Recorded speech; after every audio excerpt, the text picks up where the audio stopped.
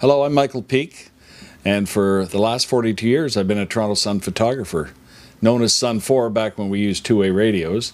I thought I'd take this few minutes, now that I have retired, to look back on that career and those 42 years of taking photos and how the city has changed so much, and it certainly has.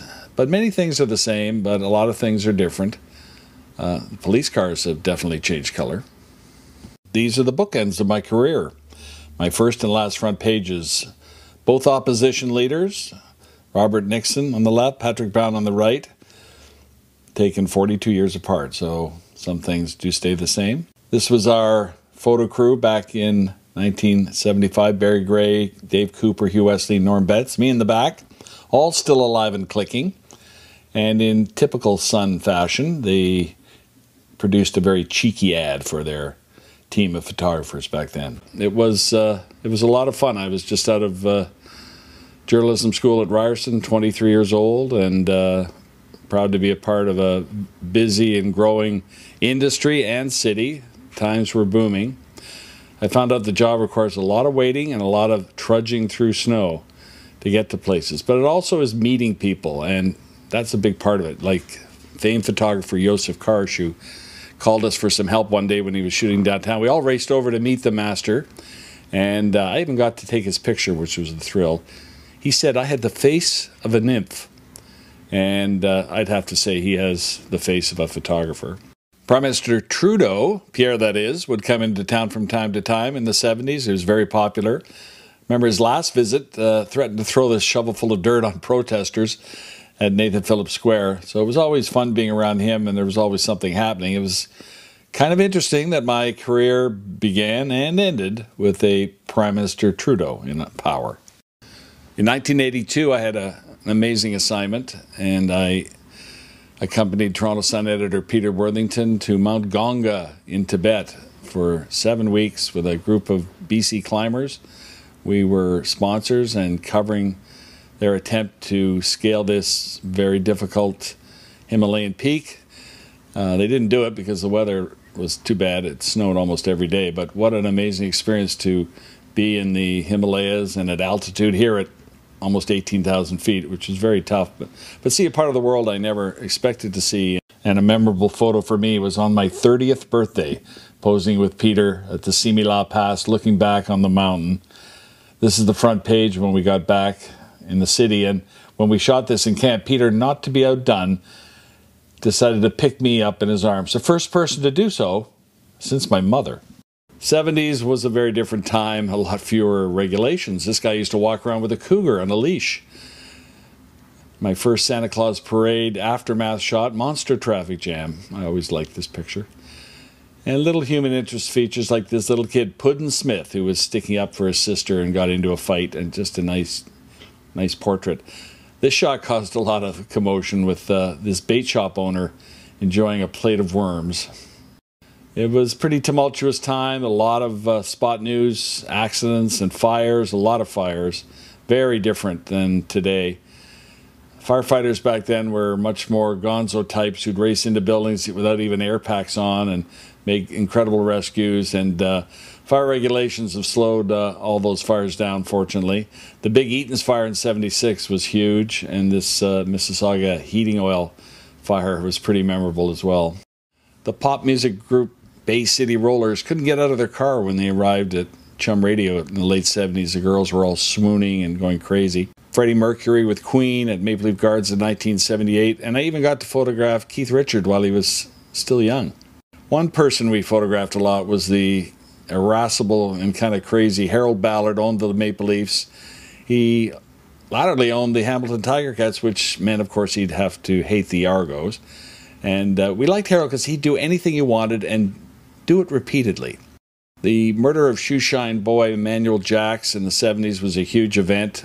I got an exclusive shot of the killers on their way to jail after the murder conviction, and I think the headline's right. I believe he's still in prison. They weren't too happy with me, and I like to think this was the last laugh they had.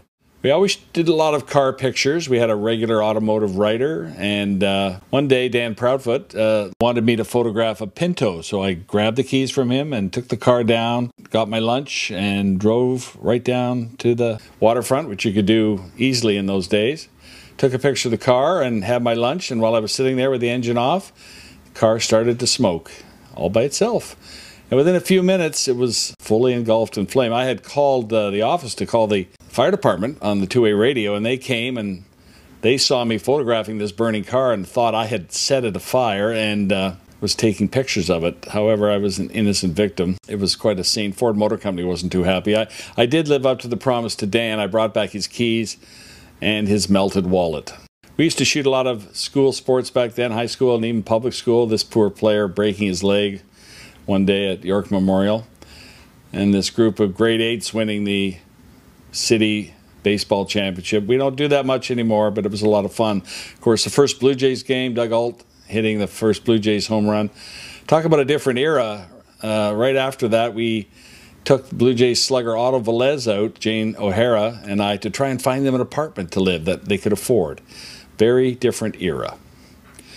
Sports, as always, hockey, #1 really in this town, back when there were no ads on the boards even. And you can't imagine this happening today. Maple Leafs captain Darryl Sittler being hoisted by fans on their shoulders in Pearson Airport back when the Leafs flew commercial and they arrived back from their 1978 win over the New York Islanders. Closing of the Gardens, where so many things had happened, and the closest I got to a Stanley Cup was my son Tom on the front page. But I did get to photograph the first goal at the ACC by Austin Matthews, and I do regret not being able to see what will be his amazing career through my lens, so I'll just have to enjoy it on television. In 1980, the murder of police officer Michael Sweet was a huge event, trapped in a club downtown, and the cops couldn't get to him. I got exclusive pictures of one of the killers arriving at the hospital. It was a very chaotic scene. And also covered the funeral where one of his buddies was overcome. A pretty cool assignment was going down with TV legend Milton Berle in the mid-90s to Havana and getting to know him a bit. And boy, he was a different kind of guy from the old era. Politicians, of course, were a big part of our job. Mel Lastman loved a camera. And the Rob Ford era could really never be duplicated. It was a pretty wild time.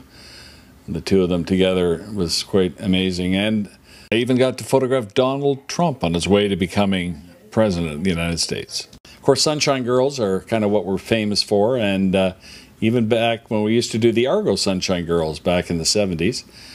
And yes, some of them were very memorable. Even the last one I shot, 18-year-old Skylar, just a couple of weeks ago. So beautiful. What I really liked to do in my spare time was to head north and visit my mosquito friends. Our group, the Hideaway Canoe Club, did many thousands of miles of far northern historically based canoe routes. We shared these trips with our Sun readers, first through spreads after the trips were over, and later electronically when we would take them along with us and move pictures and stories every day, kind of a busman's holiday. We had to take along a lot of extra gear. Our first trip in '97, the online trip, that record player looking device is actually a 40-pound sat phone. So the equipment got smaller, it got a little easier, as you can see here, but it was very cool to connect with people while we were in the far north, and they could read about what we were seeing, polar bears and rapids and really remote areas of Canada. And my three brothers and I were very grateful for the incredible experience we had canoeing there. But I guess the picture I'm most famous for is my national newspaper award-winning shot of Krista Daniel, a model, getting jumped by this tiger in what was just supposed to be a silly little weather shot. And the tiger very quickly turned and jumped her, but not trying to kill her, just wrestling with her like a big dog would. Of course, she didn't know that, but she was fine. The tiger was declawed, and I got a pretty fine picture out of the deal.